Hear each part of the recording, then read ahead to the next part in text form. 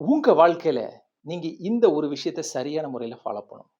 அது என்ன தெரியுங்களா? உங்களை கோடீஸ்வரனாக்கும், மிகப்பெரிய பிரபலமான ஆளாக்கும், மிகப்பெரிய மனிதனாக ஆக்க முடியும். அது என்ன அப்டின்னா, நீங்க உங்களுடைய டேட் ஆஃப் பர்த்க்கு, உங்களுடைய விதி எண்ணுக்கு, உங்களுடைய சூட்சும எண்ணுக்கு தகுந்த மாரி லக்கான நம்பர்ல உங்களுடைய பெயர் அமைச்சிருக்கீங்களா?